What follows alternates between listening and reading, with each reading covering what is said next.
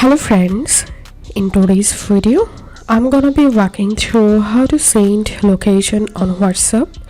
So first of all, open the conversation and tap on this paperclip icon, tap on location, continue, allow, and tap on the search icon to search for the location you want to share.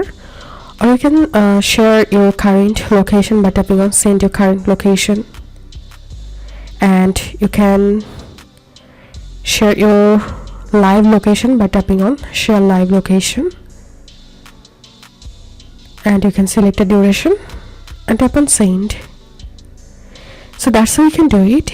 If this video helped you, give a thumbs up and please consider subscribe to how to do it. Thank you for watching.